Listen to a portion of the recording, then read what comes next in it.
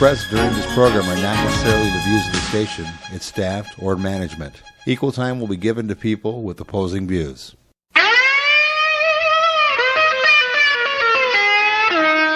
Well, you dadgum government, you sorry so-and-sos. You got your damn hands in every pocket of my clothes. And good morning, Muskegon, and all of you out there in radio podcast and iHeartRadio land and computer land. This is I Am Muskegon, and I'm Jim Riley here in Muskegon's Clear Channel Studios with my friend and engineer, the legendary Oscar Osbo, looking perky this morning. And one sunburn on my ankle. Yeah. Quasi perky with a sunburned ankle. And our very familiar poop deck king of them all, Captain Fred Birch. Poop deck. fresh from the poop deck. And we've also got as co-host for a little bit here this morning, Eric Rodoff, who is, among other things, a candidate for the county treasurer. We're not going to talk about your run for county treasurer now, but you've got an event coming up in a couple of weeks that we'll talk about in just a few minutes. So welcome to all. And as typical, we do have a full show this morning in the 9 o'clock hour. We're coming up with a third of the Republican candidates who have hopes to replace the very long-term, big spending, recently divorced Debbie Stabenow, Senator Debbie Stabenow. And that's going to be Randy Heckman. I apologize for stumbling around here. I just got thinking about another possibly a total of 18 years of Democrat Senator Debbie Stabenow. That would be very frightening.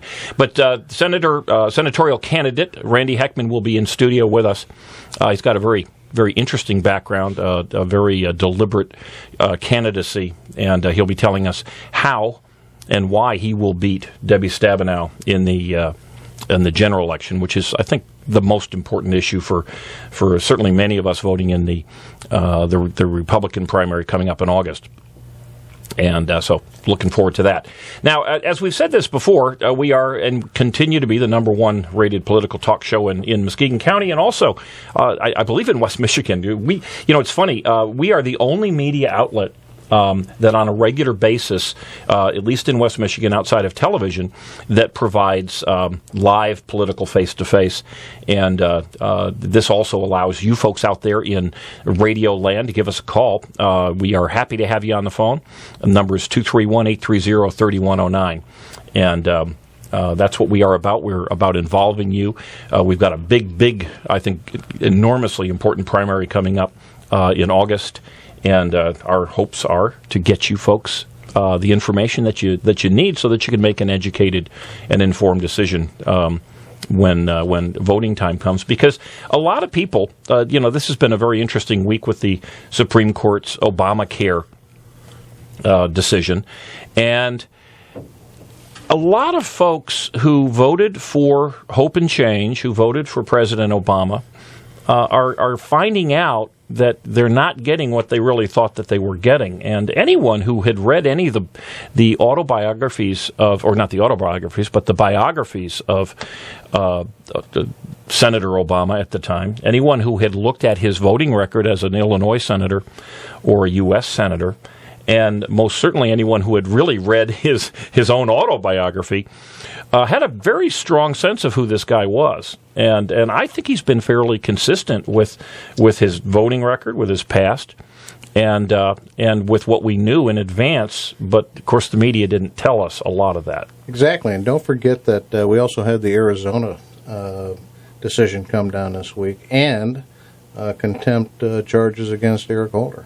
Yeah. Lots and lots of very big issues that came about in good measure because of the Supreme Court, and that may very well be the most important single issue in this presidential election, because the President of the United States, of course, nominates the Supreme Court members, but the Senate confirms them. So what we have here today when we're talking about a Senate candidate is far more than their issues or their interests in special issues. It might be Obamacare, it might be immigration, or any number of other things.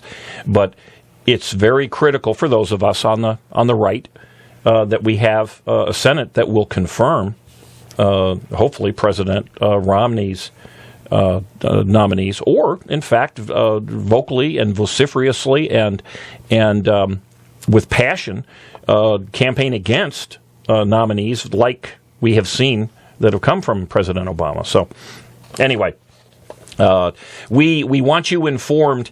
One of the things somebody had mentioned to me earlier was, Jim, you're running for, in my case, I'm running for the county commission seat in Norton Shores. As a matter of fact, Captain Fred, you are running. I'm running in the 9th district against Ken Mahoney, who happens to be the chairman of the board. And Ken was mentioned in an M Live article earlier this week when the soon-to-be, or actually the just retired mayor of Muskegon, and I think a highly esteemed, well-respected Mayor Steve Warmington had made some very critical comments about the county commission, its leadership, and the general makeup of the results of all of their efforts. Well, I thought, Ken writes my advertising for me. He went out and said that he wasn't really sure what anybody wanted from him. Essentially, it was kind of ridiculous as far as a quote. Yeah, that was the quote. I'm not sure what they want from us. Well, we're going to have a show that will focus on these strategies or the lack thereof that we've seen from the Muskegon County Commission. But one of the things that I think is quite important that we all understand when we get out there and vote. People might say that I live in Montague or I live in Norton Shores or who knows where we live, but things that are going on, in Detroit don't matter to me. Things that are going on in Muskegon Heights don't matter to me. And the sad reality is that when Detroit got into its mess, which is now going on, maybe its fourth or fifth decade. Yeah, and it looks like it's true bankruptcy coming up. Well, and it looks like it's true bankruptcy, but even before the bankruptcy, the city of Detroit and Wayne County have been a absolute black hole of sucking of taxpayer dollars, both state and federal, and now we're having a situation here where Muskegon Heights, which has just had, it's not news that Muskegon Heights has not been educating its students and has not been able to pay its bills, the school system and the city. And what's going to be the result of their bankruptcy? It's going to be more and more of your money diverted from your roads and from your police and from other areas. So it does matter to you what happens in other districts. Not only that, but if you look across the spectrum, across the United States, Detroit, Stockton, other counties, other cities, it all comes down to the same thing: lavish pensions and medical benefits in an unfunded system, which then starts to squeeze out initially other services for the community and ultimately bankrupts that community, that city, that county, whatever. And they're all following the same pattern. And let me clarify something that a lot of people are not aware of, and I was not until I got heavily involved in this. There are three ways that government, and let's just in our case we'll talk about county government, but there are three ways that county government can spend money. They get tax dollars in and they spend it. Okay, that's kind of simple. And on that basis, Muskegon County, like every other county in the state of Michigan, has a balanced budget. Even Wayne County and Genesee County. They also can issue bonds, and there are certain limits to the amount of bond issuance that counties can make. But the level is so high that it's meaningless to say we still have more borrowing ability. But at least there is some mechanism that keeps the bond issues down to a certain extent, and that is the ability of the county to pay back those bonds, and of course buyers are willing to invest the money. But there's a third one, and this is the one that's causing all of the destruction in Greece, in Detroit, in Stockton, California, in all over the country, and certainly, most definitely here in Muskegon County. And that is promises made to pay in the future. And these promises are promises of health care benefits and pensions to the employees, in this case, in the county of Muskegon. And they're not accounted for, at least they haven't been accounted for, except for little notations, maybe half-page notation in a 300 or 400-page book called the Annual Financial Report. And This is what is causing the problem nationally, and it's most certainly causing the huge problem here in Muskegon. And one of the smarter guys who's also running for county commission, a guy named Mark Molitor, who's running against Ben Cross in one of the Muskegon county districts, did some analysis. And currently we have, I'm going to throw some rough numbers out, but we have about $109 million worth of promises that are made to employees of Muskegon County in the form of pension and health care benefits, which include, by the way, vision and dental. For those of you who don't have vision and dental, at least you have the opportunity to pay for other folks' vision and dental. But that's $109 million, and the budget of the county is $42 million. So that's in and of itself way out of whack. And this is underfunding, by the way. This is not the total amount. If we had a $109 million check tomorrow, that would bring us to where we are supposed to be. And, of course, we'd have to pay more than we are currently paying just to keep that up. But that assumes an 8% compounded annual return on that invested money, which anybody who's had a 401k or an IRA knows that nobody's getting 8% compounded. Nobody has gotten it over any period of time for a long time. Matter of fact, the stock market's about the same as it was, I believe, 10 years ago. Anyway, they're assuming an 8% compounded return. Mark Molitor did some analysis using a 3.5% compounded return, and I think he came up to well over 200. I think he came up to, might have even been $300 million in underfunding, if you actually looked at it as a real number. And this is what's killing, not our state, by the way, which the state, interestingly, does not have similar type of benefits, of post-employment benefits. But when you talk to your county commissioner, with the exception of Commissioner Alan Jagger, who has been really at the forefront of trying to get an open public discussion about this, but when you talk to other county commissioners, number one, most of them don't know the number. And when you ask, well, when are you going to be addressing this, you get blank face. I suggest you all try that. Well, and not only that, but remember, they said it wouldn't happen in Stockton, and they said it wouldn't happen in Harrisburg, PA, but it's happening all over the place. So don't think it can't happen here. And it's already happened right across the street from us folks in Muskegon Heights. So, yes, it can happen. It most surely will happen if we don't do something. And we're going to have Eric Rodoff here, who's going to tell us about a way that maybe we can get involved and affect some real change. Coming up. Oh, don't you love me sometime?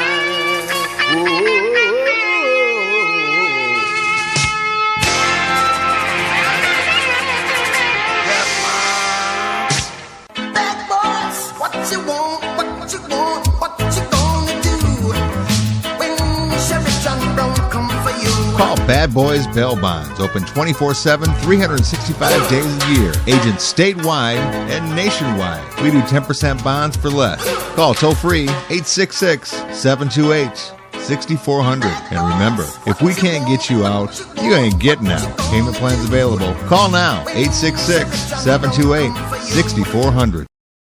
Make a run for the border. Taco Bell is waiting to cook for you. Delicious tacos, nachos, chalupas, gorditas, quesadillas, or try their famous grilled stuffed burrito for only $1.99. Make it a combo for only $3.49. Their large variety includes specialties, combos, supreme, salads, and kids' meals. Taco Bell, the best fast food north of the border. So walk in or drive up. Visit all of the Taco Bells in West Michigan. Open Sunday through Thursday, 10 a.m. to 11 p.m. Taco Bell's open Fridays and Saturdays from 10 a.m. until 1 a.m.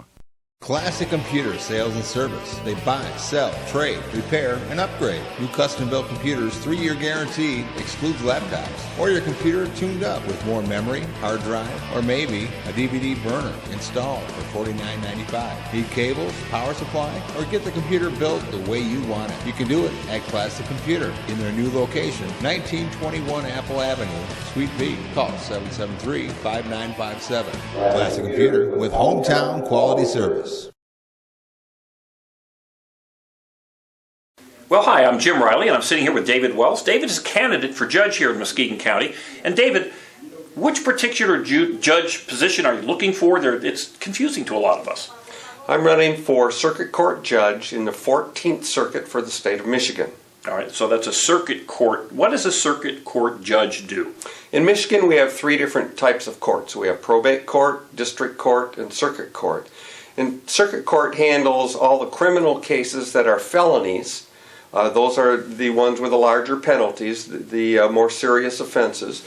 And they handle all cases that have dollar values in excess of $25,000. So if you have a lawsuit involving a large amount of money, that would be handled in circuit court. Plus, circuit courts handle petitions for people asking for an order for somebody to either stop doing something or to make somebody do something. What would be an example of that?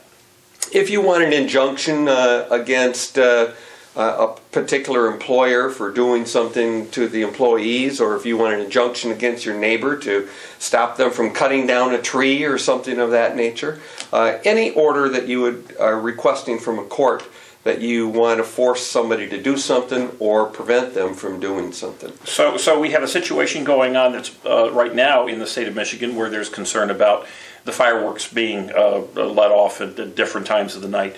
Is that something that would come in front of a circuit court judge? Yes, that's typically what we call a nuisance case, and you would file in circuit court asking a judge to issue an order preventing fireworks to take place at a certain time period because it's a nuisance to the neighbors. Also, circuit courts, and it gets a little confusing in Michigan because we have family courts and they're kind of a blend of circuit courts and probate courts, but circuit courts also handle divorce and domestic relation matters. Oh, so divorce also. That's a big part of it, of course. And and something that a lot of people unfortunately are familiar with, circuit courts handle personal protection orders. Okay, and that would have to do with someone being married or at least wanting someone that they know to be kept away from them. Yes. Okay. You are running for a seat that will be open, or at least a judicial seat that will be open. Who currently is that judge? Judge Graves is currently in that position, and the seat is open because he is prohibited from running again due to the state law on age limitation for judges. Okay. And my understanding now is that there are 6 people who are running for this one single seat, and that there will be an election coming up sometime in August. When is that? Yes, there are 6 candidates, and all 6 candidates run nonpartisan in the August 7 primary. And the top 2 vote getters in that primary on August 7 will then be put on the ballot in November for the final selection in November. And my understanding was that it's a little confusing, or at least it was confusing initially. They only can vote for one judge. Is that correct? That is correct. David, it sounds like circuit court judges handle a vast array of matters involving lots of different aspects of the law. What is it about your background which makes you qualified to be a judge involving such a broad scope of topics? Well, Jim, most lawyers throughout their practice only have experience in a limited number of areas of the law. They usually specialize in certain areas. In my 35 years of practicing law, I have had the luxury of practicing in almost all areas of the law, including personal injury, labor, construction, negligence, malpractice, real estate, divorce, contracts, insurance, zoning, criminal, many areas of the law. If I'm elected circuit court judge, it is unlikely that I will encounter much of any issue as a judge that I have not already encountered and have experience with as an attorney practicing law. Well, you've said before that being a circuit court judge does involve a broad array.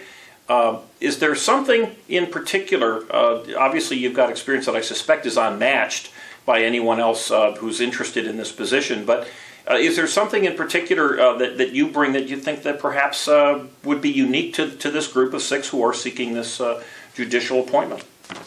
The uniqueness has to do with the breadth and scope of my practice and experience that I've had over the years. And much of it in circuit court, but also in other venues as well as in judicial venues. Well, you dadgum government, you sorry so-and-sos. You got your damn hands in every pocket of my clothes. Well, you and every pocket of all of our clothes, and we're finding that out, sadly, more and more every day. This is in Muskegon. I'm Jim Riley in the Clear Channel Studios with the crew, Oscar Osbo, Captain Fred Birch. We've got Eric Rodoff in-house, going to talk about an event coming up soon. going back to our theme song here, Roger Miller's "Dang Gum Government." We saw this past week, it's not just government, it's the Supreme Court, which I guess is certainly one of the three branches of government, but they are, once appointed, they are unaccountable to anyone. And we have coming up at the 9 o'clock hour, Republican candidate Randy Heckman, who's hopefully, from his point of view, going to be our next United States Senator, and the Senate is critical in determining who our next Supreme Court justices will be. But good morning, Eric Rodoff, who's a candidate for the county treasurer here in Muskegon County. But Eric, you're here for a different reason. Yes. Today we have we got a candidate management training program that's going to be here on July 7th. July 7th? Yes. Okay. Coming up very soon. It's done by the Leadership Institute out of Virginia.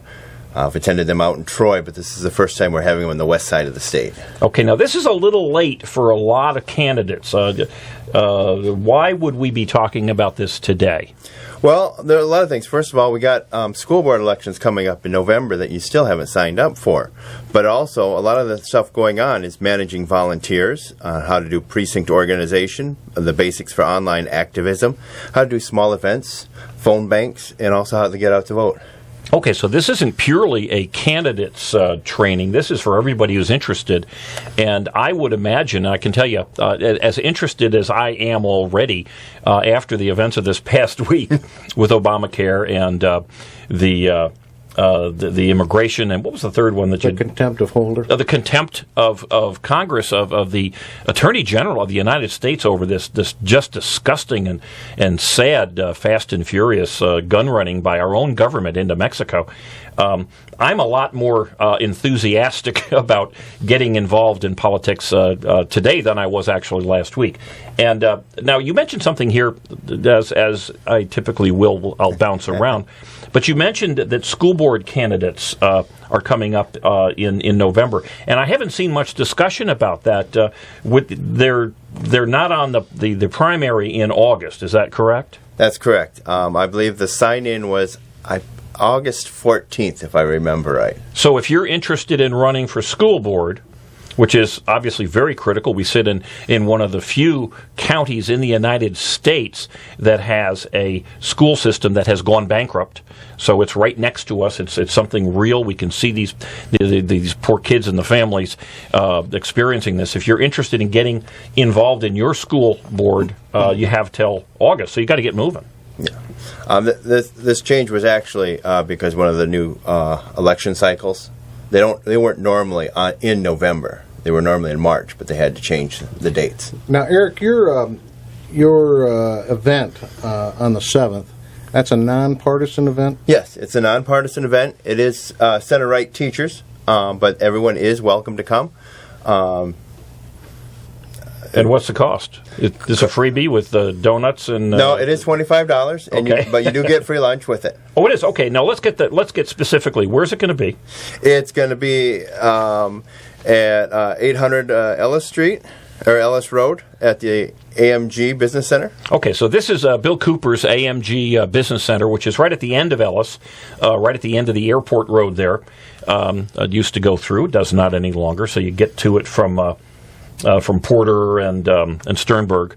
And what are the times again? It starts at 9 o'clock. 9 o'clock in the morning. Yep. There's a lunch. How long does it go? It goes to about 5 o'clock. Oh, so it's a full day event for $25. Yep. Okay. Yeah. And Eric, this is not just for candidates. It's for people that are working for candidates as well. Exactly. I mean, like campaign managers or even the boots on the ground, just somebody that's interested in things. So, it's a full day of interesting subjects, some of which you went over. Well, I think there's even more importantly, or in addition to what you said, though, a lot of people say, well, the candidates are running or they're on somebody else's campaign, whatever. But as Fred just said, if you are interested in helping out a candidate, this is a way you can learn. You probably meet some candidates there too. If you are considering getting involved in the school board elections as a candidate or supporting somebody, this is definitely for you. But don't forget, folks, elections are never ending. They're like taxes, and we have 2013 coming up, and there are going to be some very, very important city elections and other elections in 2013. And now is the time that you really start to plan for a year or 2 years down the road if you really want to affect real change.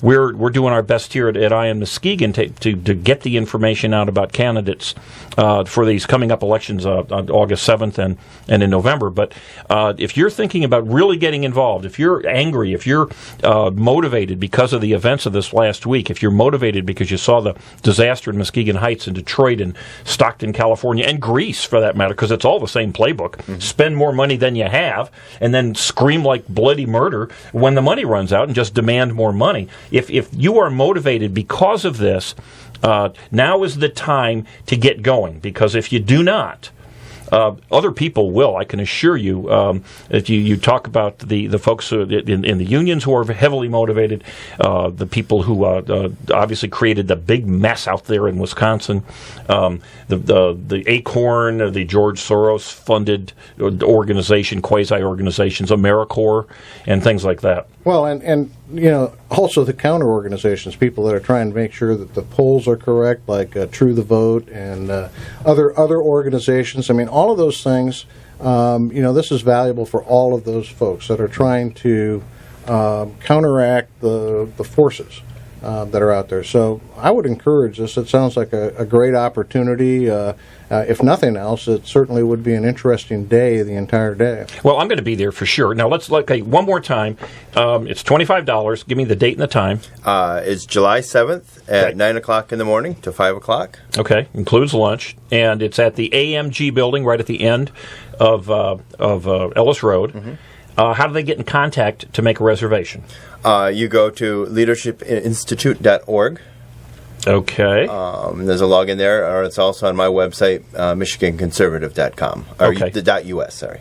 Okay, one more time, michiganconservative.us? No, .com. I'm sorry. I got different ones at different ones. There we go. Okay, well, it will also be on ionmuskegon.com and muskegonpundit.com. We'll have all that information and links. And, again, I cannot more enthusiastically recommend this type of thing. You'll get a chance to meet some other people of like mind. You'll be able to come out and meet those famous radio show personalities, right. Jim Riley and Fred Birch. Fresh from the poop deck, Fred Birch will be there, and as will I. Yay. And can I come? Who knows? We might even get Oscar, the legendary Oscar, out there to video it. So, looking forward to it.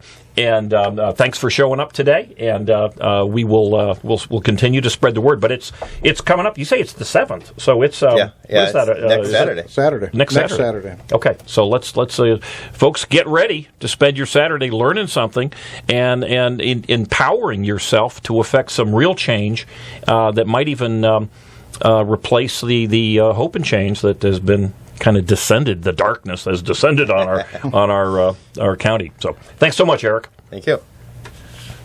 Well, we still got 2 minutes here, so you can do whatever you want right now. Okay. Well, we're going to go. Anything he wants. Well, you know what? He is a radio star. I thought he would know that, but Well, I'm legendary for my inability to manage time. But you have about a minute. Let me tell you a couple things that just caught my attention. There was on M Live headline: Congress approves deadline for Asian carp report. Now, anybody who lives in Michigan, certainly any sportsman probably in our entire country, knows that the Asian carp is the potential for huge disaster. Here's Congress has just approved a deadline for the report from whomever is supposed to prepare the report.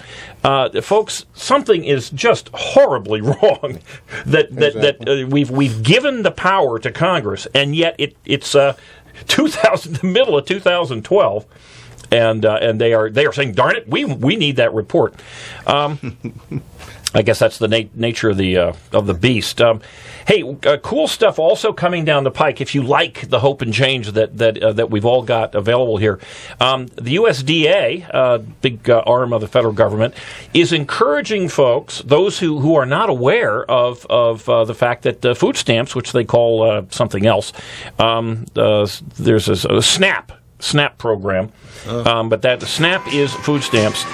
They want to have a great party, they say.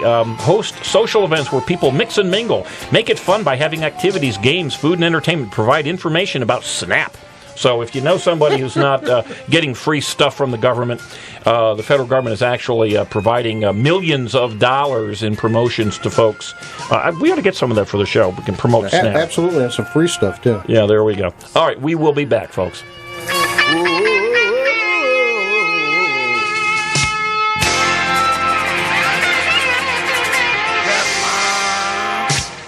Bad boys, what you want, what you want, what you gonna do when Chevy John Brown come for you? Call Bad Boys Bail Bonds. Open 24/7, 365 days a year. Agents statewide and nationwide. We do 10% bonds for less. Call toll free 866-728-6400. And remember, if we can't get you out, you ain't getting out. Payment plans available. Call now 866-728-6400. Make a run for the border. Taco Bell is waiting to cook for you. Delicious tacos, nachos, chalupas, gorditas, quesadillas, or try their famous grilled stuffed burrito for only $1.99. Make it a combo for only $3.49. Their large variety includes specialties, combos, supreme, salads, and kids' meals. Taco Bell, the best fast food north of the border. So walk in or drive up. Visit all of the Taco Bells in West Michigan. Open Sunday through Thursday, 10 a.m. to 11 p.m. Taco Bell's open Fridays and Saturdays from 10 a.m. until 1 a.m. Classic Computer Sales and Service. They buy, sell, trade, repair, and upgrade. New custom-built computers, 3-year guarantee, excludes laptops. Or your computer tuned up with more memory, hard drive, or maybe a DVD burner installed for $49.95. Need cables, power supply, or get the computer built the way you want it? You can do it at Classic Computer in their new location, 1921 Apple Avenue, Suite B. Call 773-5957. Classic Computer with hometown quality service. I see that you have considerable experience as a circuit court case evaluator, an arbitrator, and a mediator. Would you please tell us about this and how it really qualifies you to be a circuit court judge? Thank you, Jim. A circuit court case evaluator, that's a rather unique process in the state of Michigan. When cases are in litigation in circuit court, judges send it to an evaluation panel. You have a defense-oriented person on this panel, a neutral person, and a plaintiff-oriented person. And the parties bring their issue to those three evaluators, and those evaluators try to put a settlement value on the case, evaluating the strengths and weaknesses of the case. I have been a neutral, that's the person in the center like a judge, circuit court case evaluator for 29 years, helping attorneys settle their circuit court cases. The second area that you mentioned is as a mediator. A mediator is somebody who brings parties in a lawsuit together and tries to get them to settle the case. They hear arguments from each side and they work with each side on coming up with solutions to settle their case, and they evaluate the law and the facts in that situation. I have been trained and certified as a circuit court mediator for 11 years, and I am on the roster or panel in numerous courts throughout the state of Michigan where circuit court judges appoint me to be the mediator to attempt to resolve issues that are in litigation in circuit court. So in order to be a mediator, you have to have additional training, and obviously you've got many years now of experience as a mediator. I've been doing that for 11 years now. Okay. The final area that you mentioned is an arbitrator. An arbitrator is like a private judge. When parties have disputes and decide that they want to have this case resolved outside of the courts, they will go to arbitration. Most of my work has been with the American Arbitration Association. So parties in a dispute will go to the American Arbitration Association and say, we have this matter that we want decided, and we want to hire our own judge to make the decision in this case. I am one of those judges, and I have been doing this for 15 years in various types of cases. Some are labor cases, some are commercial cases, some are employment cases, some are health-related cases. But for 15 years, I've been the judge of choice for parties who want to hire me to act as the judge and make a decision in their case. Because parties in a dispute say that we have to go hire an arbitrator, and here's the list that they choose from, and in fact they've chosen you, well, for 15 years. Frequently it's by contract. Parties, when they enter into a relationship with each other, say, okay, if we have a dispute, we're going to resolve this by means of arbitration as opposed to going to circuit court. So if you become the next circuit court judge, you will bring with you a pretty broad array of judicial-style, judge-style experiences. Yeah, not only have I been experienced as a judge, as an arbitrator, I have been the judge or arbitrator of choice of parties. They chose me because of my skills and talents. Are there any particular cases where you were a private judge, is your term? I like that term. Are there any particular cases that stand out? One in particular, a couple of years ago, I was the arbitrator in a case involving a municipality in southeastern Michigan and a big waste disposal company. And they were arguing over about $25 million in damages. So to say the least, it was a highly charged case with highly qualified attorneys.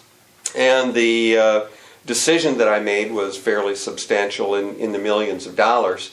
And frankly, that type of case is larger and more complicated than most issues that would come before a circuit court judge in the county of Muskegon. It seems a little unique to me that someone with your experience would be interested in being a judge, because quite often you've got young people, the young attorneys who don't have this type of experience. I feel a lot more comfortable knowing that someone's already been there, done that kind of an experienced attorney. So I appreciate that very much. I doubt that any of my opponents in this race have any experience at all, either being a circuit court mediator or certainly an arbitrator. At least to my knowledge, I don't think they have any experience like that. So I believe I do have probably the broadest and most extensive experience for this job of any of the candidates running. I think if you are a citizen of Muskegon County and you are interested in getting the best decision, the wisest decision from a judge, experience really does matter. And it sounds to me like you bring an awful lot of that to the table. Thank you. You got your damn hands in every pocket of my clothes. Well, you that. And we are back at Eye on Muskegon, Muskegon's #1 rated political talk radio source of information. And we are very, very honored to have Republican senatorial candidate Randy Heckman sitting here with us. Good morning, Randy. Hey, good morning, Jim. Good to be with you, man. Well, glad to have you here. We've got, of course, Captain Fred Birch, Oscar Osbo, and myself. Let's get right to it.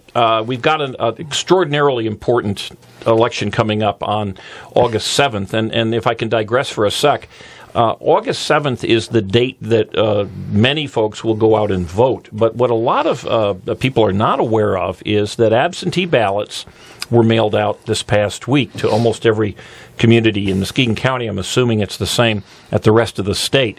And we've checked with the city and the township clerks, and it's quite typical that the absentee ballots will be returned within a week of the time that they're sent out, so that people get those ballots and they send them right out. So a significant amount of the voting is already underway, and I know that when I was doing some analysis of the most recent, the presidential primary back in February, that in some of the districts and precincts, 50% of the voting was absentee. So we may very well have this election over within the next week to 10 days in terms of mathematically. No one, of course, will know that. But with that many people already making their decision, it's critical that they make the correct decision based on real facts. So that's one of the reasons we've got Mr. Heckman here. And the big question, of course, is why should a Republican hardcore conservative, going to vote in a primary Republican vote for you over the other three challengers that you're running against, because what my understanding is, and it's my personal view too, but from the people that I've spoken with, the big question is, hey, any one of these guys would be fine, certainly compared to Debbie Stabenow, who's been a disaster for the state of Michigan and the United States. But why would I think that Randy Heckman could beat Debbie Stabenow when the big election comes about? Well, obviously that is the question. That's what this is all about, is defeating her. I've known Debbie actually for a number of years. People beat her up in lots of ways, but she's a pleasant lady. But she votes bad, and she's not providing the leadership that we need in the state of Michigan. I guess the end of the day is, we need somebody who can defeat her. And I was a prosecutor for a few years before I was a judge, and I always noticed that when I had a case against a female defense attorney, you had to walk a little gingerly. The jury did not want you to be seen as a bully. So, those are characteristics that I think I have. I have a wonderful wife. I've been married for 43 years. We have 7 daughters and 5 sons. I had 3 sisters. I think I know a little bit about dealing with the fairer sex, and I think that's part of what you need to do is to be able to treat her with respect and yet be able to bring up the distinctives that we have. The one thing that is different from me, from the other 3, even Republicans and Debbie, I've decided not to take corporate or trade association PAC money. I was a judge for 15 years. And if you give me money with the goal of buying my attention and getting me to do a certain action on behalf of you or your client in a financial way, I can't erase that or somehow separate that in my mind from a bribe. Well, okay, let's address that. I think that's a very good point, because a lot of I've heard many people say that same thing, and I can't really argue against it, except we know that in order to defeat Debbie Stabenow in November, you're going to need money. Well, and this is true. A good way for folks who believe in your issues and believe in your cause and believe that we need a replacement, that the various PACs and corporate money, this is a very good, legitimate, honest, and legal way to support you. Well, I think it's legal. Can I quote from Jack Abramoff? Remember him? Well, sure. Jack's freshly out of prison. You bet. He's out of prison. He went to prison. He went over the top. He was a uber lobbyist on the Republican side for the most part. But what he said in his book, Capitol, Capitol, Punishment, he said, "What I did not consider then and never considered till I was sitting in prison was that contributions from parties with an interest in legislation are really nothing but bribes. Sure, it's legal for the most part. Sure, everyone in Washington does it. Sure, it's the way the system works. It's one of Washington's dirty little secrets, but it's bribery just the same." And I've got to be true to who I am. And to me, there's a sharp contrast, again, with Debbie, not to put her down as an individual, but she so far has taken $2.7 million from corporate and trade association PACs. I think the public's sick of it. The public is sick of what they see in Washington. That's why Congress gets, at many times, a 91% unfavorable rating from its customers. Okay. We've got to change that. I see this argument that you just presented as being compelling to Republicans in this primary. Ooh, I think Democrats too, though. And Democrats too, but this is in the primary. My question is, how do you get this I think, compelling argument out to the public prior to the November election if you don't have the money to let them hear about it? Again, I've been pleasantly surprised that people are resonating, not just with that issue. That's just kind of a policy issue that I have. It's an important one. It is, but I mean, they like what I stand for as well, as far as what we want to do in Washington. But again, I'm the only candidate that's not only talking about that, but saying, look, we as a nation are really heading in a very bad direction. I think we understand that from an economic point of view. But there are times in the history of America where you really need to take a step back and say, what are the trends? Where are we heading as a nation? We need structural change in Washington. And my point is that you cannot make structural change unless you get a buy-in from the people. And I would suggest to you that the programs that we have in Washington, the welfare, both on the poor side as well as the corporate welfare that we have and the crony capitalism that we have in our country, is essentially something that the people want. And to change it, you're going to have to change hearts of people and to get people to buy in. You can't just go to Washington like all the other candidates seem to be doing it, saying, we're going to go there and we're going to fix this thing. Single-handedly, we're going to just turn this around, and even though the federal government is borrowing 42 cents of every dollar spent, we're going to somehow erase that and begin to pay down the debt. To me, without a buy-in from the people, it's not going to happen. So Randy, what you're really saying is that this is a cultural issue as That's well. True. I totally agree. And that in order to do that, you need to start to change the culture across, at least in your case, across Michigan, but ultimately across the United States. So the question really becomes, okay, so how do we do that? Breitbart had lots of ideas about that on how to... That's Andrew Breitbart. How to capture the social media and those kinds of things. What are some of the things that you would do as a senator to help change that culture? Well, again, we've got to have leaders that pull our country together. It was Lincoln who quoted Christ, who's saying that a house divided cannot stand. And we are a house divided today. And our president, I say this with grief, is doing more of that. He's dividing this group out, that group out, and so on. And we need leaders that are saying, look, we are in a crisis. It may not feel like a crisis, but it's the frog in the kettle that the temperature is climbing, and we will soon have a dead frog in boiling water.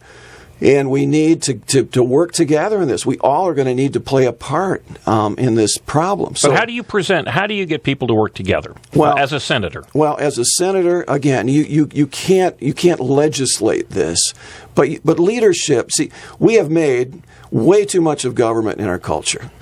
Government is not supposed to be as big as we've made it to be, but I'm going to take advantage of the fact that it is. It's amplified, and use that bully pulpit to communicate. I'll work my tail off in Washington to make the changes that we need to make to avoid disaster.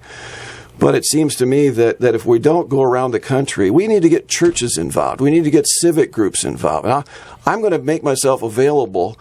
I'm working right now 17 hours a day. I'll keep doing that. I know you have been, by the way, just for those out there listening, Randy, you've been in Muskegon. I know this is at least your third, maybe fourth or fifth time, but that's right. You have been all over the state listening and speaking. We have. We've put 70,000 miles in our car since we started this thing. I've been in it longer than any of the other three Republican candidates. And I say that not with poutiness, but with joy. I mean, it's a privilege to be working to preserve our country. It's worth preserving. But it's more than just going to Washington and voting Republican. Yeah, and Randy, when you were talking about the changing of the culture, and then you started to talk about the fact that there's divisiveness that is ongoing, and in specific, I would point out that the divisiveness is favoring groups one over another. And we have a lot of that going on. We're special interest groups, whether they be corporate or they be gender-specific or they be race-specific or all kinds of different things.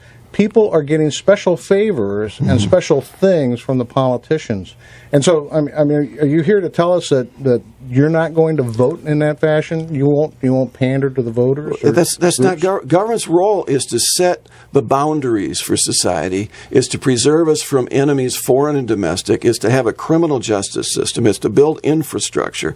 But then is to be hands off, to allow free people to create wealth and to fail.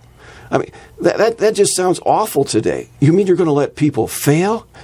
If you don't give people the freedom to fail, you don't give them the freedom to succeed. That's part of the problem we have today. One of the ultimate problems that we see, and you said talk about government intervention, and a lot of people don't realize what the diversification, the diversity of government intervention that's out there, and why so many corporate executives are so supportive of this government intervention is because they get the money directly. And I'll give you an example.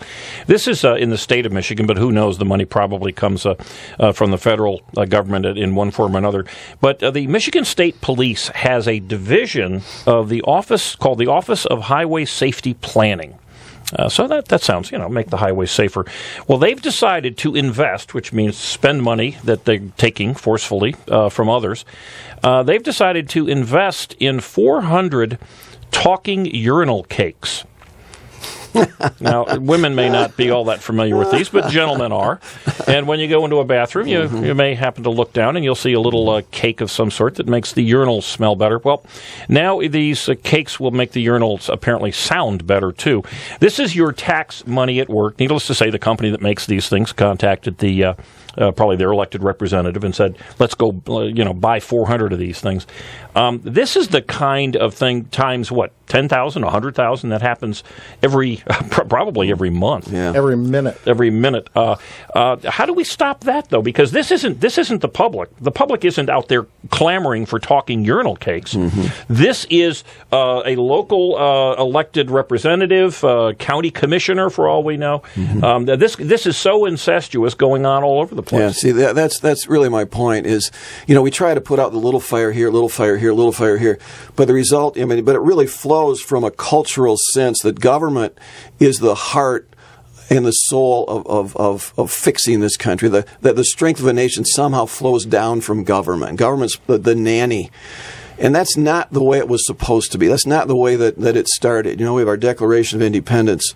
We hold these truths to be self-evident. All men are created equal, endowed by their Creator, that God has given us rights, that among those are life, liberty, the pursuit of happiness. We've kind of forgotten that. I even like to quote JFK, honestly, because in his inaugural speech, he said, ask not what your country can do for you, ask what you can do for your country. That's the American system.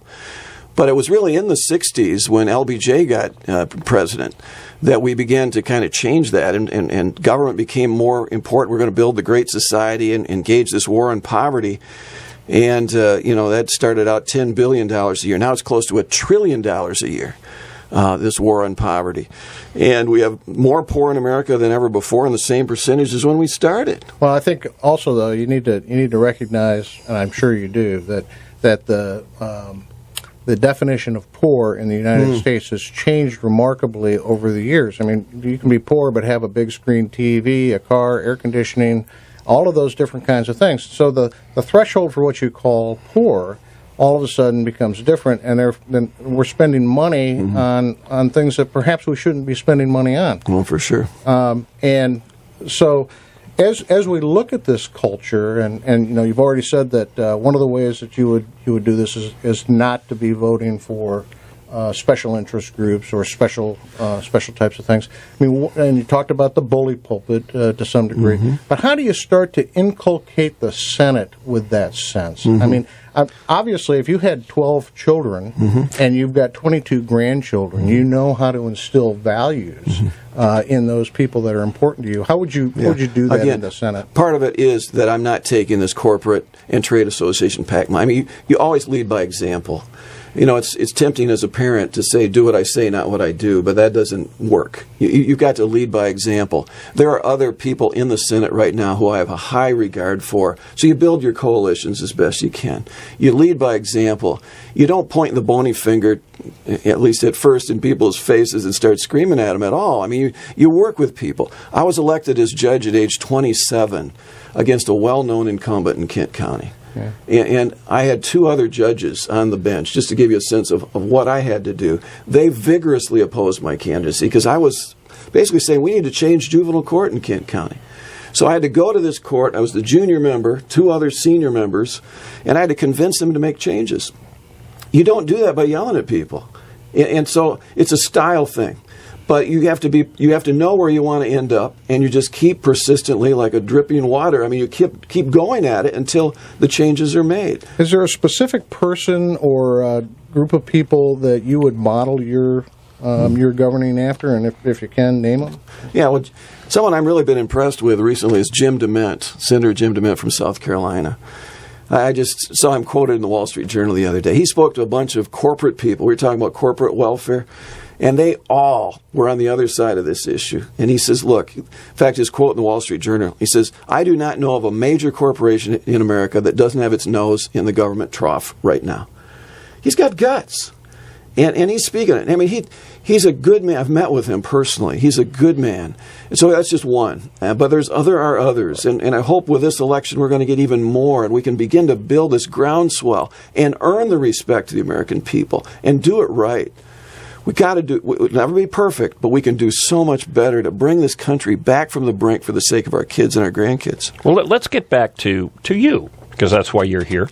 And truly, it sounds to me, certainly from the homework that I've done in doing research on you. And by the way, can we give your website with Randy Heckman 2012.com? Yeah, and Heckman's a unusual spelling for some people. It's Hekman, so it's randyheckman2012.com. There we go. And but again, I want to go back to this compelling argument to those of us who are newly invigorated from last week's events.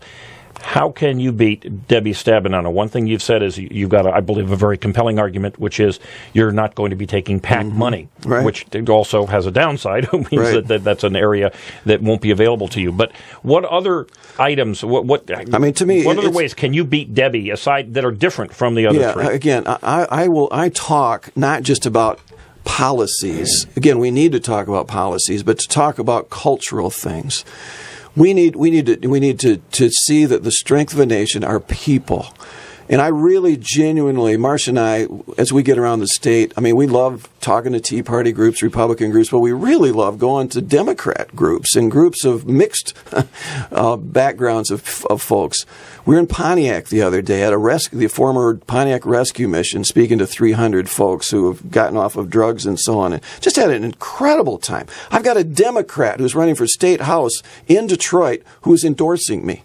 African-American. I saw that. Did you see that? Yes, I did. Yeah, well, on your website. Now, why would an African-American Democrat from inner-city Detroit, by the way, he's a graduate of University of Michigan and law school, but just a neat guy, why would he endorse me? Because he understands what I do, is that we need structural change in Washington, and that's going to take cultural change.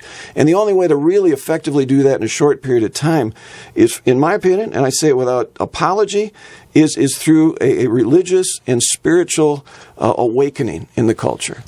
And extrapolate on what do you mean by religious? Because that's a code word that scares a lot of people. I know, sure it does.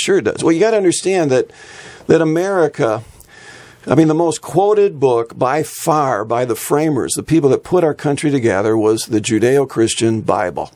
They drew, even the separation of powers comes out of the Bible, believe it or not, from a verse in Isaiah, and many other things. I mean, they said, look, we want a government that is built on truth. We believe the Bible is true, and so let's just extract what we can or extrapolate what we can from some of those principles. Again, it is. We never want the church to have political power. That's not what we're talking about.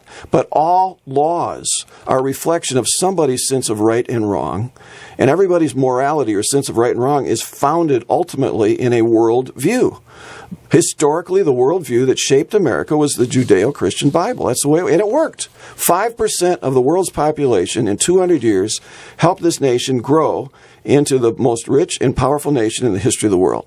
And it's not because of our natural resources or anything else. It's because of the ideas that we have.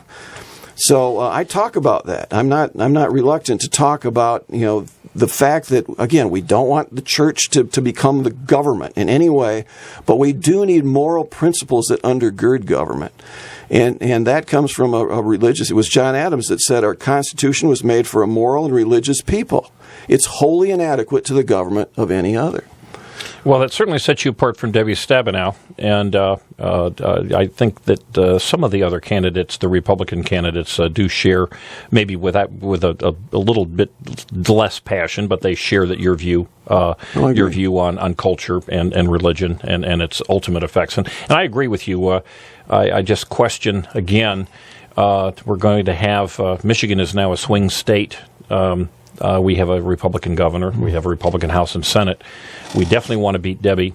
And we're going to come back with Randy Heckman, and we're going to talk about some more ideas that he plans to implement and ways that he can beat and defeat Debbie Stabenow in just a few months.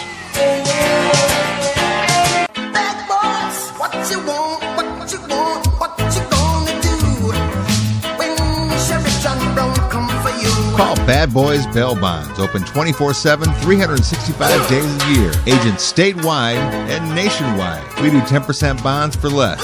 Call toll-free 866-728-6400. And remember, if we can't get you out, you ain't getting out. Payment plans available. Call now, 866-728-6400.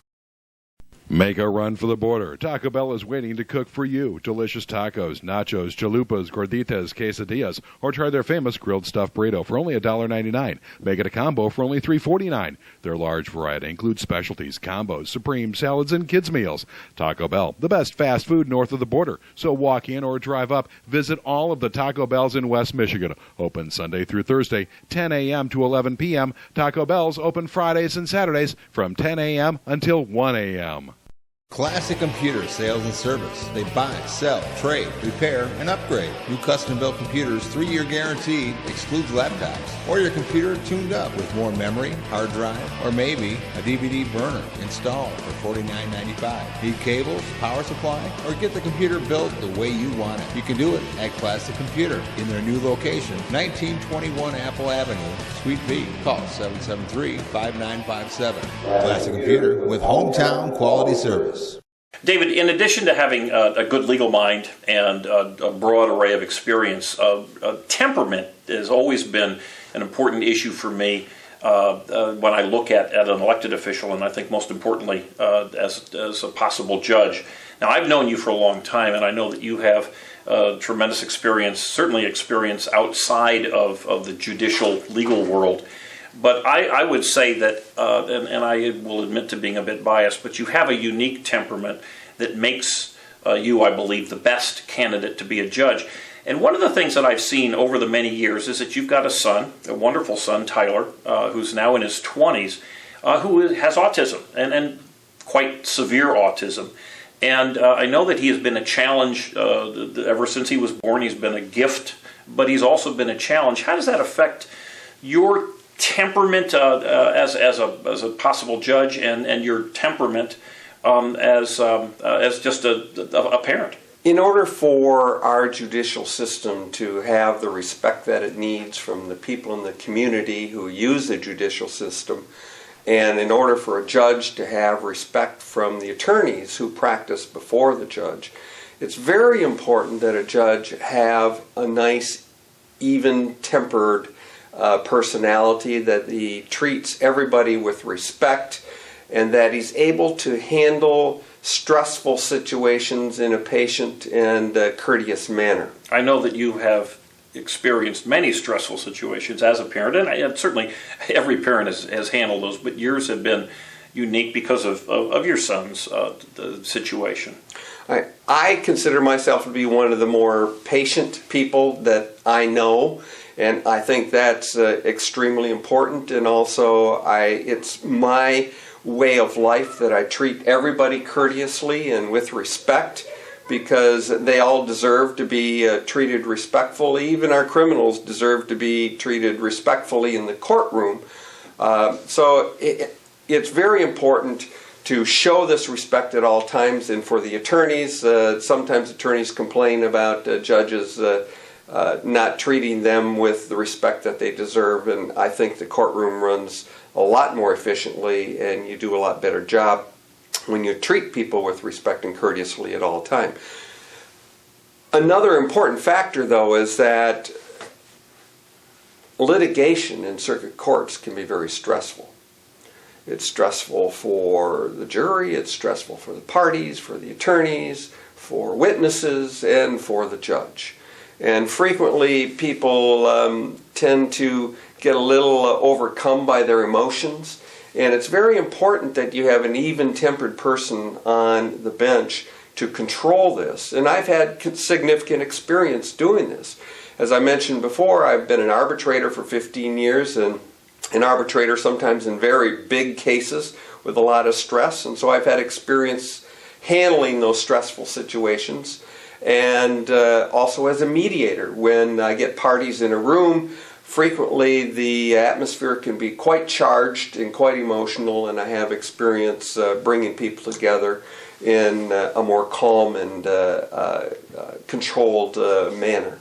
I would add also, in a personal observation, as someone who's had mental illness in his family, that your son, of course, isn't mentally ill per se, but the experience that you've had with people that are different from others, you're going to run into that as a judge.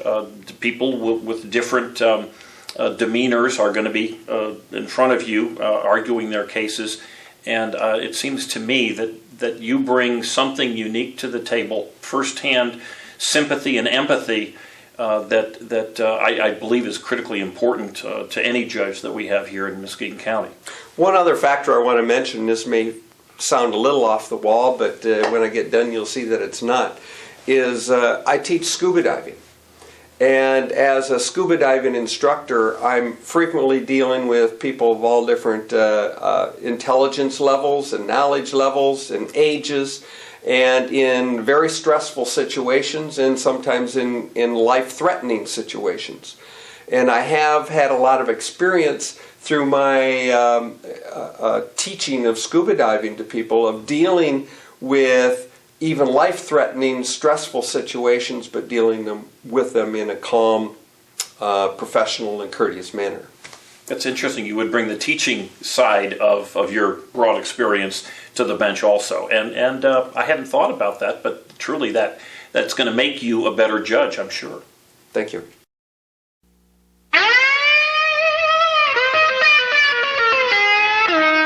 Well, you dadgum government, you sorry so-and-sos. You got your damn hands in every pocket of my clothes. Well, you dadgum. And we are back at I in Muskegon with senatorial candidate, hopeful, Randy Heckman, Captain Fred, and the ever-present Oscar Osbo making everything work for us today. I know the Fred's got a bunch of questions here, but I had one, and I keep hammering on this because I am a candidate for county commission, the first time I've run for elective office. And one of the things that I've noticed is that it does cost money. I've got a message, I think a very compelling message, as it's clear you have a very compelling message. I need to get my message out. In my case, it's direct mail, and there are a few other ways that we do it. Fred's working on the same challenges. Let's just assume that you are the choice come August 7th, or come actually today, as people are filling out their absentee ballots as they listen to the show.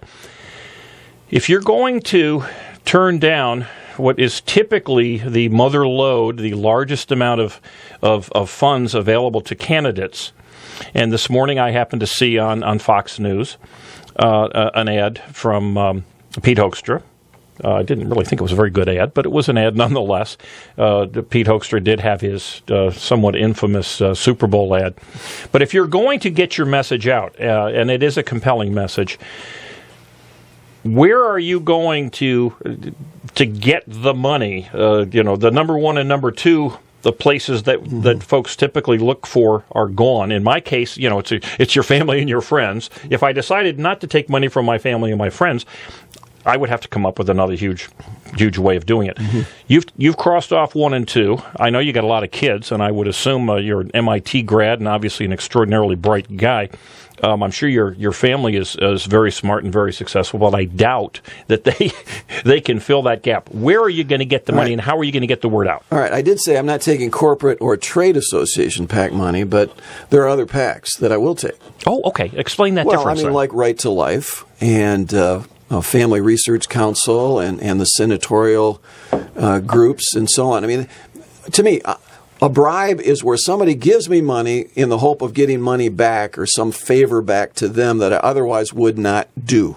Can you clarify then for me? Then you said corporate and trade groups, and your concern with them is because they want dollars. They say, look, we want access to you, Mr. Senator, so that our client can get a special tweak in the tax law, and we'll give you $5,000 with the hope we'll get $100,000 for our client back. Everybody's happy, and it's this incestuous relationship that I find offensive, and I think the public finds offensive. Okay, the talking urinal cake companies, for instance, there you go, that are going to send you a $500 check and expect to get a big contract. Exactly. Let's put this thing in. So to me, that's a bribe. But when Right to Life says, look, you're already pro-life, you've written a book on it in the past, we want to help you get elected because we believe in this, and I believe in it already. They're not trying to twist my arm. They're trying to amp me up, give me gasoline in the tank to be able to get the job done for both of us. That doesn't offend my conscience.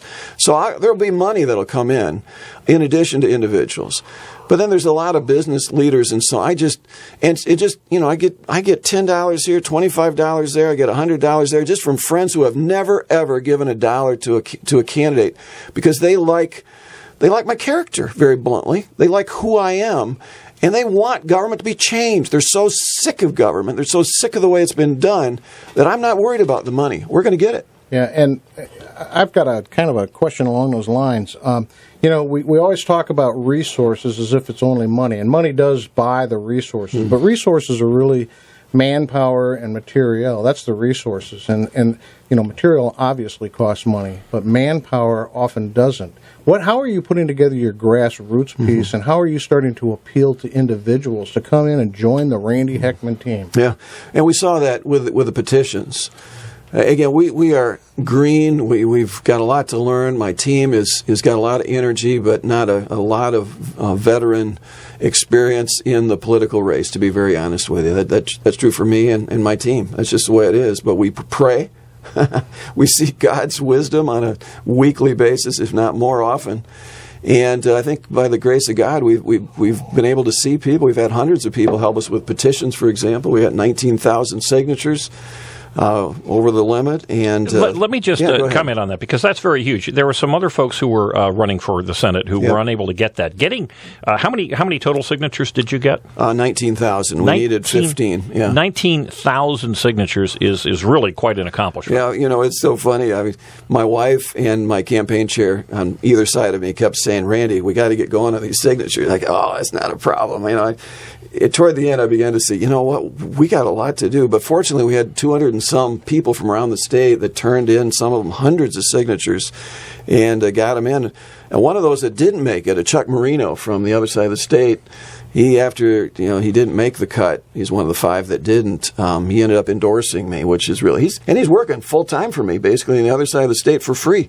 Okay, well, and that's what Fred's talking about. Now, there are also organizations, people like Independent Caucus, those kinds of folks that do endorsements. What other endorsements have you actually brought in? Yeah. Organization-wise, I can't think of an organization, but we've got Dave Agema, who is state rep, and now elected by the Republican Party to be the national committee man. Tom Hooker, a state rep. Nancy Jenkins, a state rep. Rich and Helen DeVos, some people know that name. And a radio guy from the other side of the state whose name is Thayrone X. He's well known down there. You probably know Thayrone. Oh, absolutely. He's a kind of wild man from Ann Arbor, but he's endorsed us, and we got others too. Well, I think the fact that Dave Agema, who is fairly well known to those of us who are politically interested here in West Michigan, that says an awful lot. Well, then on the other side of the political spectrum, again, we've got this Democrat running for state house in Detroit, African-American young man, Jonathan Wright. He's endorsed us, which is kind of interesting. So we've got a spectrum there of folks, and just delighted with. We got people in the Upper Peninsula. We got people all over the state that are excited about what we're saying, and I really believe we can get our message out. We're going to do okay.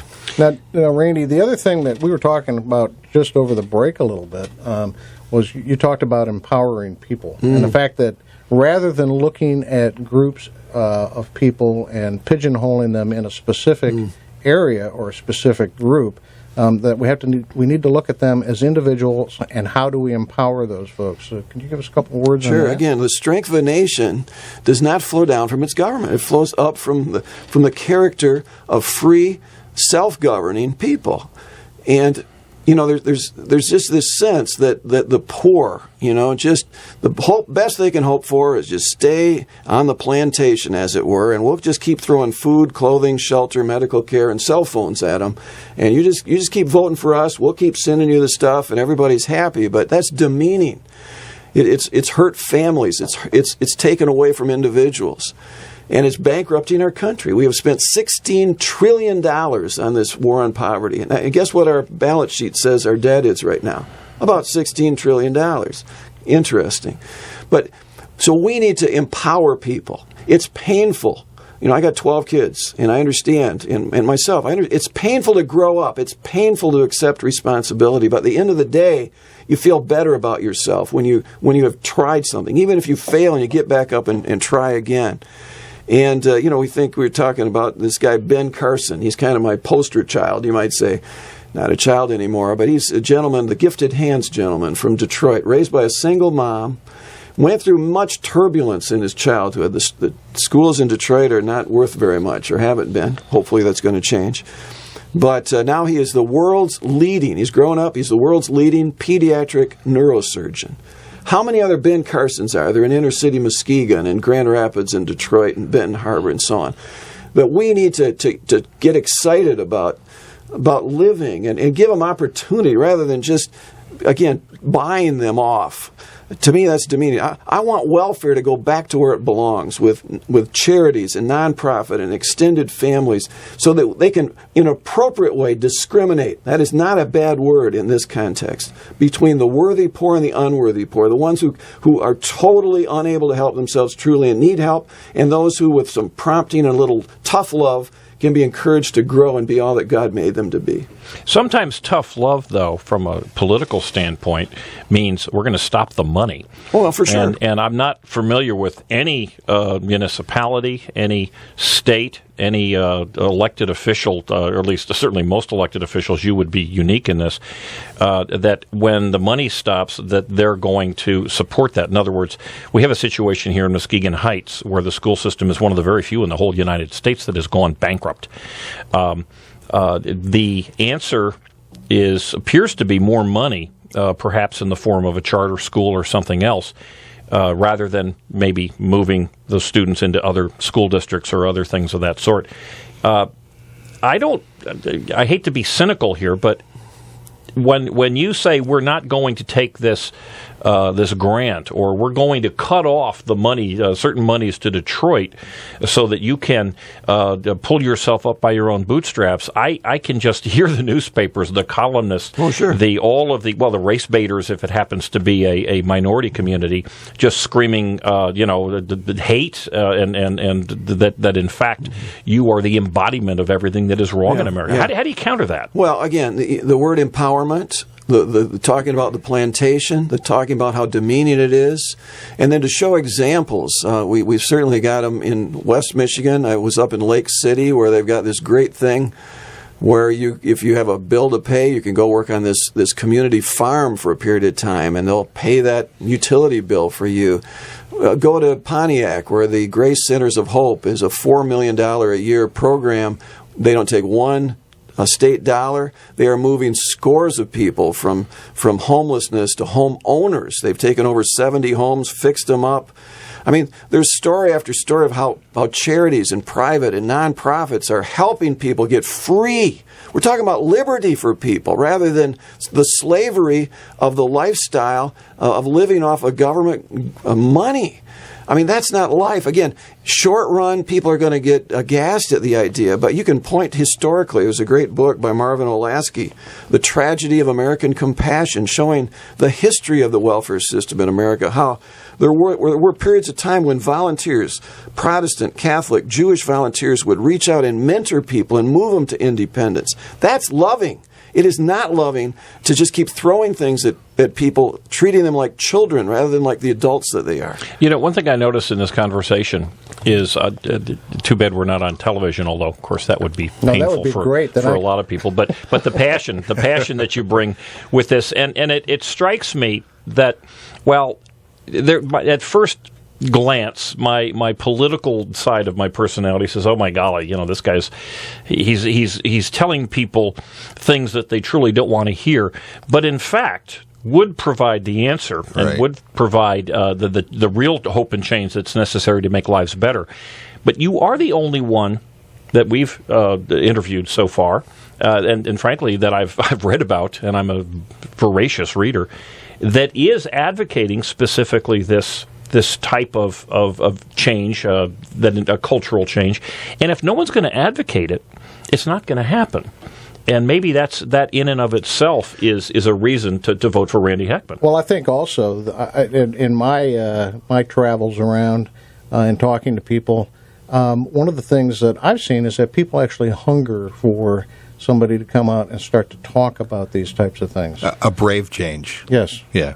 And I think it is brave. It is brave, very brave. Because it sets people back. Well, just bringing God back into the state is right there as a big thing that I think a lot of people are looking for because there's so much of it taken away from. So that's one thing, and then like you say, making people actually work for what they do, for their own. That's a tremendous thing right there in itself, I think. But I agree with you. Yeah, absolutely. It takes a little bit. I have sometimes a purely political brain, and I must admit, as we're sitting here talking, and I'm seeing the passion, and I'm hearing what you're saying, I would like to hear what you are saying from other elected officials, other leaders. You don't necessarily have to be an elected politician in order to say what you're saying. I wonder what they're saying in some of the churches in Detroit and others. I would imagine that perhaps they're saying the same thing, but they seem to be accepting behavior that is certainly contrary to what you're suggesting. But that is why this Jonathan Wright, this Democrat running for State House in Detroit, I mean, we actually, before he had endorsed me, and I actually endorsed him as well, he's in a 92% Democratic district. I tried calling the token Republican. He has 11 people, by the way, on the Democrat side for the primary. But before I would endorse him and he endorsed me, I wrote out 7 principles that I believe in. And they're contained in much of what we're discussing this morning, and he embraced them totally. So there's at least one other politician, albeit a 26-year-old Democrat running for State House in Detroit, that's echoing the sort of things that I'm saying on this side of the state, which is kind of interesting. Now, on top of everything else, we have this tyranny of bureaucracy. Yes. Which means that there's really an under-government. We have our elected officials, and we can change them, at least theoretically, during the elections and vote the ones out that we don't want and keep the ones that we do want. But the under-government, the bureaucracy, the massive amounts of folks that are in the federal government and the massive amounts of folks that are in state and local governments, how do you start to deal with them? Because that's another great big place where the culture needs to change. That's true. I mean, it's the old, I go in for my driver's license and, somebody wants me to stand around for hours. Now, Captain, did you ever work in the Pentagon? Oh, yes. You did? For a period of time? Oh, yeah. I was there for about 3.5 years. Yeah, well, I was there less time, but I was there as a lieutenant in the Navy. And, there's 20,000 people in that building? Yeah. And, anyhow, that's a good point. And you saw what I saw. I mean, there's a lot of waste in the bureaucracy. We need a defense. I want a strong defense, but it's just inherent in a bureaucracy. There's no competition. At the end of the fiscal year, you want to quick spend the money so you have that money the next year. How do you deal with it? Little by little, cutting benefits at times, but it's hard because it becomes an end in itself. It truly does. Yeah, but I think if you're consistent with what you have said earlier here, that helps also. Well, we got to thank Randy Heckman for visiting us here today. A couple quick things before we go to break here. Randy, your website one more time is randyheckman2012.com, and that's Randy, Heckman. We'll have that link on Eye on Muskegon and on Muskegon Pundit. I will say that your website is excellent. It's got a real quick, concise history, or not history, but explanation of who you are. And I certainly look forward to having you back as the Republican candidate after August 7th. Please, if you've got friends, family who are thinking of voting throughout the state, give them a call. Let them know that absentee ballot time is now. Get yourself educated.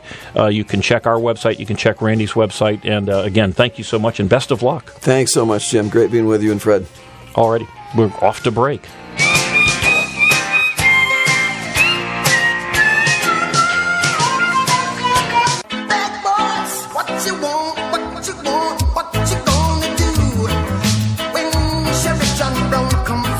Call Bad Boys Bail Bonds. Open 24/7, 365 days a year. Agents statewide and nationwide. We do 10% bonds for less. Call toll free 866-728-66 6400. And remember, if we can't get you out, you ain't getting out. Payment plans available. Call now, 866-728-6400.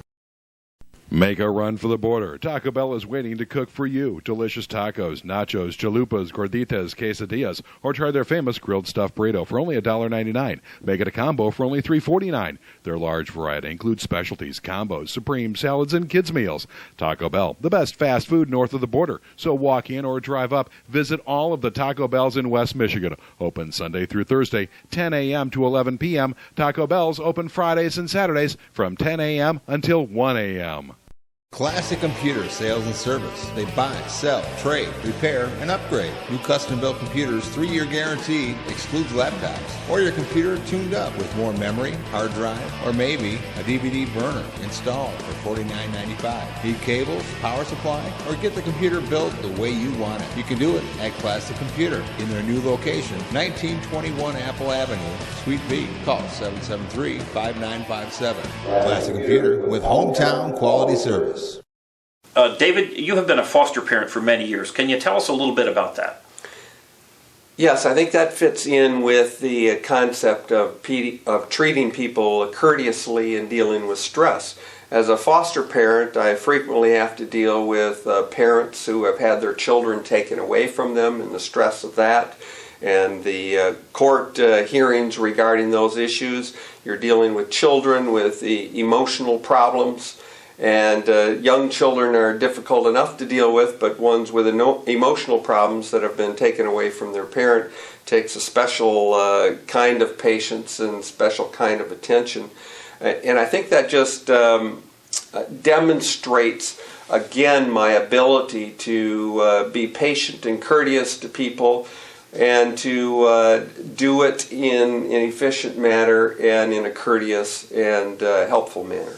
Well, I would also say that it gives you a sense of what it's like to be in the middle of the storm when you've got a young child, and you're most interested, of course, in their life. But you have to deal with the parents, and you have to deal with the courts, and you have to deal with, I'm sure, some of the social service people. But it gives you experience, and I think it's a unique experience and a sensitivity and an understanding of what it's like to be on the other side of the bench. Again, I think that goes to the broadness of my experience and legal background, and as well as my experience with the community. David, we want our judges to be leaders and fully involved in the community. Tell us a little bit about your experience. I think it's very important that circuit court judges have a good feel for their community, because they're making decisions that affect the lives of everybody that comes before them. And in order to do that, not only do you have to have a good legal background, a good legal mind, I think you need to know about the lives of the people in your community. You need to know the challenges that they have, and you need to know what the issues are that exist in the community so you can put everything into perspective. I'm a lifelong resident of Muskegon County, a fourth-generation Muskegon County resident, and I've been very active my entire life in numerous organizations in the community, and I feel it very important for not only judges but everybody to contribute to their community, and I've done that. David, I've known you a long time, and I knew that you had many achievements and many awards from the community, but I was kind of surprised about some of the ones that kind of popped up, and one, of course, was that you were an Eagle Scout as a Boy Scout. Yes, Boy Scouts was very important in my life. It helped develop the character and the values that I hold as an adult. And after I graduated from law school, I felt a deep debt to that particular organization, so I volunteered a tremendous amount of time working as a unit leader, a district commissioner, a district chairman, merit badge counselor, even worked with the National Jamboree. And eventually I was awarded the District Award of Merit by the Boy Scouts here in Muskegon County. Now, you've been a lawyer for decades, but you also were president of the Muskegon Bar. I was, and actually that's been quite a few years ago. I was president pretty much as a young attorney. which is somewhat unusual to have somebody that's out for about 10 years or less be nominated as president and serve as president of the Muskegon County Bar Association. And you've been a long-term Rotarian, and of course everybody knows how involved the Rotarians are here in Muskegon County, but you were also a president of the Rotary. Which Rotary was it? First I was a member of the Muskegon Rotary, and then when I moved my office to Whitehall, I joined the Montague Whitehall Rotary Club, and I was president there several years ago and have remained very active in Rotary. And, well, I hate to admit that you in fact do have an undergraduate degree from University of Michigan as a Spartan, but you also really started out your education at Muskegon Community College, did the first couple years of your education, so I think that's kind of neat having that personal experience with an educational establishment that's so important here to our community. But you recently received an award from your early alma mater of Muskegon Community College. Tell us a little bit about that. I believe that community colleges are extremely important, and it was very significant in my life because it allowed me to be able to afford to go to school. But at the same time I was going to community college, I was able to live at home, and I worked full-time as a cardiorespiratory therapist at the hospital.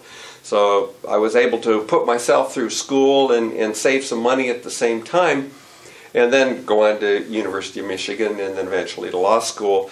Last year I was nominated by Muskegon Community College and chosen as their distinguished alumnus for the year 2011. They only choose one each year. That's correct. That's kind of cool. Well, good for you. And it says an awful lot about the hometown people, because we have really lost so many of the top talent from Muskegon County. And as you say, you're fourth generation. You fully understand what it's like to be a hometown boy.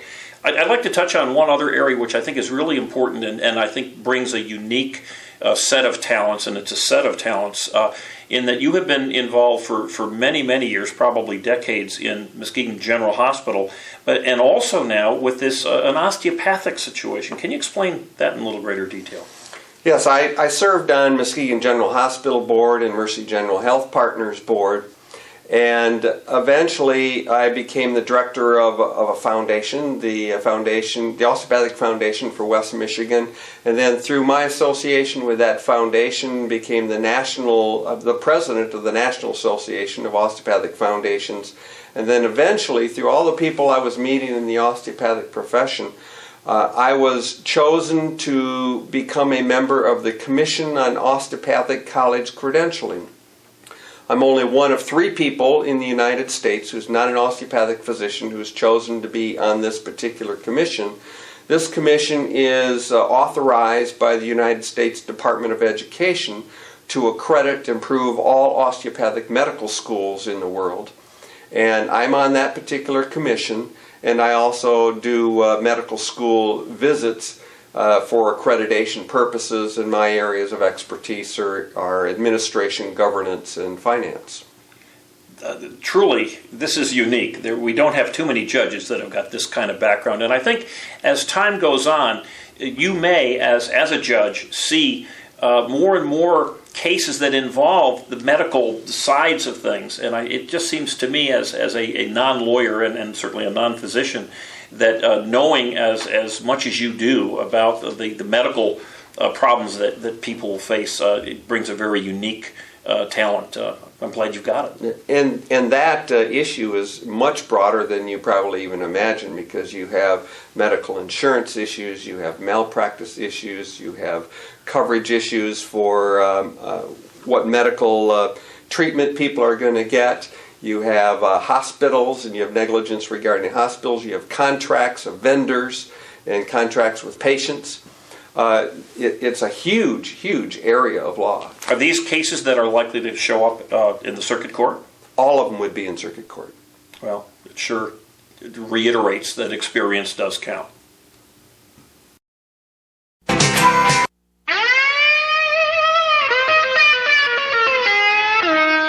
Well, you dadgum government, you sorry so-and-sos. You got your damn hands in every pocket of my clothes. Well, you every pocket of my clothes, and it's getting, those hands are getting bigger friskier, and actually there seem to be more of those hands. Lots and lots of tax bites. 21 on the new health care bill. Yeah. Oh, you know what? There was an interesting one on the new health care bill, which had 21 new taxes, or not the new health care bill, but the tax implications now that it's in fact officially a tax. But it says that there's going to be an excise tax on the on what they call the Cadillac health care plans. And that's going to be 40% tax. Now, most of us do not have Cadillac health care plans, but the people who do have Cadillac health care plans tend to be the teachers union members and the municipal employee union members, which we have here in Muskegon County. And I have a thought on that, Jim. If we actually do implement Obamacare, the affordable health care policy, my question is why in the world shouldn't we move all of the public employees, the teachers unions, all of those folks onto that particular healthcare thing? It would definitely put us in a position where we take care of a tremendous amount of unfundeds across the nation, across the state, local governments, all those different kinds of things.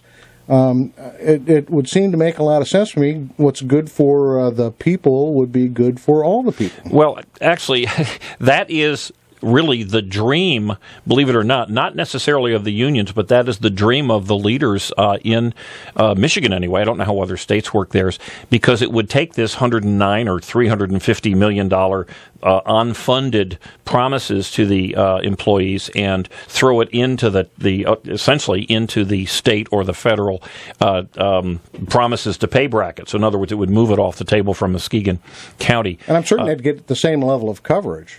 Well, the same level of coverage that you might expect to get in Canada or some of the other places where we're now seeing that those healthcare plans are falling apart.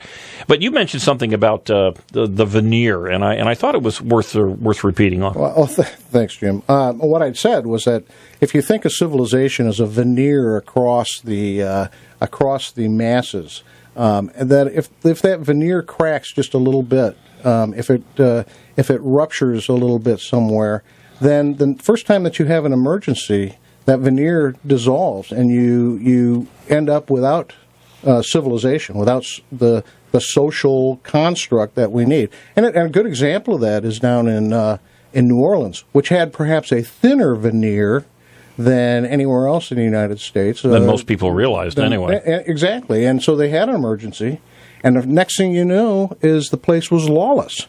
It was truly lawless. People taking away people's guns, people breaking into places, the whole thing with the stadium. That didn't happen in Mississippi, which was just down the road and actually got hit harder than New Orleans. It didn't happen in Pensacola when they got wiped out. It didn't happen during Hugo when Charleston got wiped out. But it did happen in New Orleans. And I think people need to ask themselves, why New Orleans and not Charleston? Why New Orleans, not Mississippi? And perhaps it was just a thinner veneer so that when the emergency hit, we ended up rupturing that veneer and the civilization was tossed out, at least for the a dozen or so days following the hurricane. And as much as the major media tried to cover it up, of course, we found out since how really tragic it was. And I think that's interesting to compare, what your comments with Randy Heckman had been saying, where he brings something unique that I had not heard any of the others at least articulate in the way he had, which is, folks, there is a cultural problem, but there's also a cultural answer. And, of course, you can't fix any kind of ill unless you acknowledge that you've got the problem. But the nice thing about what Randy was saying, at least the nice thing from my perspective is that he is changing the terms of debate. He is actually getting his message out. He is talking and touching people on a routine basis. Win or lose, he has actually started to drive a conversation across the state of Michigan, which I think, and Oscar said this during the break too, I think that's one of the compelling things. We need to talk about this. It's a brave conversation. It's a very brave conversation to have. Well, I couldn't agree more. And again, I haven't decided who I'm going to vote for yet. But my thought was, as we were talking with Republican senatorial candidate Randy Heckman, that in the event he was not to win the primary, I would really like to see this guy show up someplace in a position where he has, if not power, exposure to spread his message. Because guts are short in politics. That's for sure. People that actually speak up and say what's on their mind. Well, and absolutely. Actually, I mean, Eric Holder told us we were a nation of cowards. Yeah. Well, and it, certainly when it comes to race, that's true. The other thing too is that when you have guts and you say what's on your mind, you tell people what you feel and what you think would fix things. People don't want to hear it, so they'll vote for the other guy, the politician that just pretty much blows smoke up your nose. Unless you're able to articulate it and you're firm and you do fully explain, because it's a lot harder to explain Randy Heckman's vision than it is to say, hey, you've got a free talking urinal cake, and that's an issue that we had our outgoing mayor. Well, giving people free stuff doesn't need explanation. Right. Here it is. We've got all the free money, all the jobs, the clean green jobs for solar panels and all that are now busting, putting all those people on the unemployment rolls. Another one went broke this week. Another one went broke just a couple days ago, and I think that Steve's a good example too, like you're saying, because he always has pretty much spoken his. That's why I always liked about Steve is he's always spoken what was on his mind. Steve. Wormington. Oh, Steve Wormington. Yeah. Well, matter of fact, he left office just last week, gave a very memorable talk, and very specifically criticized the current Muskegon County commissioners about their lack of vision, about their lack of support, and of course, what was I don't really know what they want from us. This is the infamous response from the chairman of the Muskegon County Board of Commissioners, Ken Mahoney, and his comment again was. He said that he didn't know what they wanted from him. Yeah, and again, that's the old-style Muskegon politician that has gotten us into the position that we are here in Muskegon today, as opposed to Ottawa County, which is, believe it or not, is just booming. Yeah, and really, it really comes down, and I think Randy Heckman really hit the nail on the head. It's leadership. Those are leadership qualities. And I know a little bit something about leadership because that's what I did for 30 years. And the fact is that you do have to go out there and you have to lead. You can't expect that somebody is going to detail to you exactly what it is they expect from you. You need to go out and articulate a vision. You need to go out and articulate a roadmap. You need to go out and then, with the people around you, gather them up, okay, and get them to help you achieve that vision. That's what leadership is all about. Some people say that leadership is getting people to do what you want them to do it gladly, and think that it's their idea and that they love it. So what you have to do is articulate that vision. That has not happened in Muskegon. Well, you also articulate it, but you also have to acknowledge that it's necessary. I'm looking at our townships and our cities and our Muskegon County elected officials, the leaders from the county. Are they having town hall meetings? Are they bringing in the people? Are they using the strength of the diversity of intellect and they're giving ideas? Candy at parades. And do they? Or are they giving out candy at parades? That's what they're doing. And are they doing that on a routine basis, not just during the election season? I went to a meeting the other night, and I won't say which one it was, but I went to a meeting at a township, and there were 9 people in the audience, and 8 of them were politicians. Yeah. Now, why do you suppose 8 politicians, including myself, showed up at a meeting in order to essentially shake hands with the board members and one concerned citizen? It's a problem. It's a problem that our leaders are elected, especially our local elected officials, are not getting out and actually meeting with people on a routine basis. And I really appreciate people like Jeff Hansen and Holly Hughes and others, Mark Shahovey-Wright even, that go out and hold these coffees on a routine basis. They have coffee hours, they sit in restaurants, they talk to people, and they get the information. Well, and I agree with you totally. We need much more of that. And a way to get involved, of course, is this campaign candidate forum that's going to happen next week. The links will be on ionmuskegon.com. And, of course, we do have this. Right now, people are voting. Absentee ballots. Educate yourself. Next week, we're going to have an interesting roundtable. We're going to talk about some of these local candidates. We're going to try to give you some more hands-on information so that you'll be able to make that vote intelligently. And, again, a couple of other things. Of course, I'm on the Talkin' Muskegon show every Monday, Wednesday, Friday with John Van Wyck and Brian Worsham. We're on Monday nights television, TV 38, Comcast channel 397, 8 o'clock at night, prime time. Come on, guys. Thanks again, Oscar, Fred Birch, Senate candidate Randy Heckman, Eric Rodoff, and all you wonderful listeners out there in wonderful Muskegon land. Next week, we'll be back. You have a great week here in Muskegon.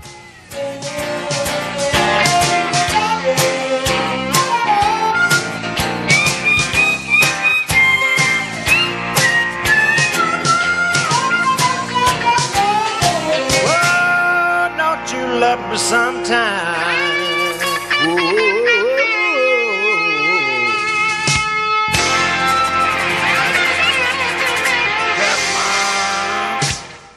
Bad boys, what you want, what you want, what you gonna do when Sheriff John Brown come for you? Call Bad Boys Bail Bonds. Open 24/7, 365 days a year. Agents statewide and nationwide. We do 10% bonds for less.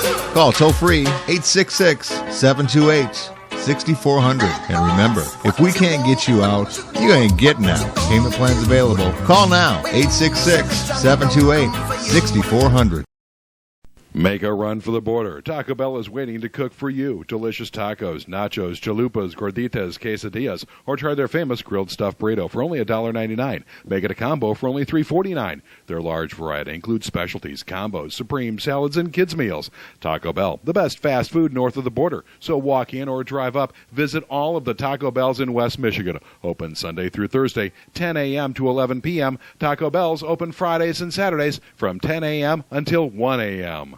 Classic Computer Sales and Service. They buy, sell, trade, repair, and upgrade. New custom-built computers, 3-year guarantee, excludes laptops. Or your computer tuned up with more memory, hard drive, or maybe a DVD burner installed for $49.95. Need cables, power supply, or get the computer built the way you want it. You can do it at Classic Computer in their new location, 1921 Apple Avenue, Suite B. Call 773-5957. Classic Computer with hometown quality service. David, you were the co-host at the Ion Muskegon radio show when Judge Andrew Waringo talked about the sobriety court program that he had set up, an extraordinarily successful program. And we also, among other things, talked about some other similar type courts, a drug court, there's perhaps a veterans court. Tell us a little bit about your interest in this, because I know that you have been very passionate about this entire area of law, which is really new to our county, or relatively new to our county. A very large problem that we have in Muskegon County and the state of Michigan is overcrowding of our jail and overcrowding of our prison. What this causes is, first of all, it puts dangerous people on the street because we don't have enough beds for them.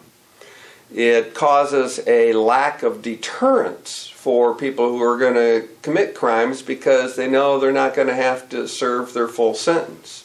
It causes a problem with rehabilitating people who are guilty of crimes because they're not in the system long enough, or because they know that they're not going to have to serve a full sentence. All right, so what do these courts do to alleviate these problems? These particular courts are very important because it reduces the number of people who come back into court. In Muskegon County, we have a mature sobriety court, which is for people who are multiple offenders of alcohol-related offenses, primarily drunk driving. We have a fledgling mental health specialty court, and we have a fledgling veterans court. What we don't have is a drug court which handles cases involving criminals who are there because of either dependence or use of illegal drugs as opposed to alcohol. As a circuit court judge, I would do my very best and promote not only maintaining the courts that we have and building up the fledgling ones that we have, but also developing a drug court in Muskegon. I think it's very important in order to reduce the population in our jails, or at least put it this way, to make room for the more violent people that need to be there instead of putting them on the street. And it's going to take a circuit court judge who is dedicated to this, because it involves a lot of coordination with the prosecutor's office and the defender's office, and from the state of Michigan, and possibly even from the federal government, because you need grants and you need income for these specialized treatment programs. So you bring in, with your broad experience, obviously the temperament and the very high level of interest in expanding this very efficient, and I would say a very compassionate program. But it also needs money, and I know that you have been involved in local politics at a variety of levels, and it needs money and funding. And what do you bring to the table that might help us add a new court? Because money's going to be part of what the judge, certainly Judge Waringo, did in creating the sobriety court. Well, first, I'm a strong advocate for it, and that's very important, and I will work hard to accomplish that. Second, I have considerable administrative skills, which I've done throughout my career. Third, I've been in the financial world and philanthropic world and raising funds, so I know what it's like to have to write grants and get grants. And I've dealt with a lot of politicians in my life, and frequently that's where some of the money is either with state or federal government, and you need to search for those funds and have a good relationship with all these various people, which I also think I have shown throughout my career as an ability to get along with people and to work collectively towards an important goal. I would just say, as someone who knows you and is relatively familiar with the legal world here in Muskegon County, but I'm learning how many tools are necessary to really be an effective judge, and the talents and experience necessary to be as successful as Judge Graves has been over these many years, and as some of the other judges that we have here in the county. They really bring not just temperament and great judgment and compassion, but they bring an array of experience. Seems to me that you have an awful lot of that already without even sitting on the bench for a minute. And I wish you the best in the coming election. Thank you. I hope the voters feel that way too on August 7th.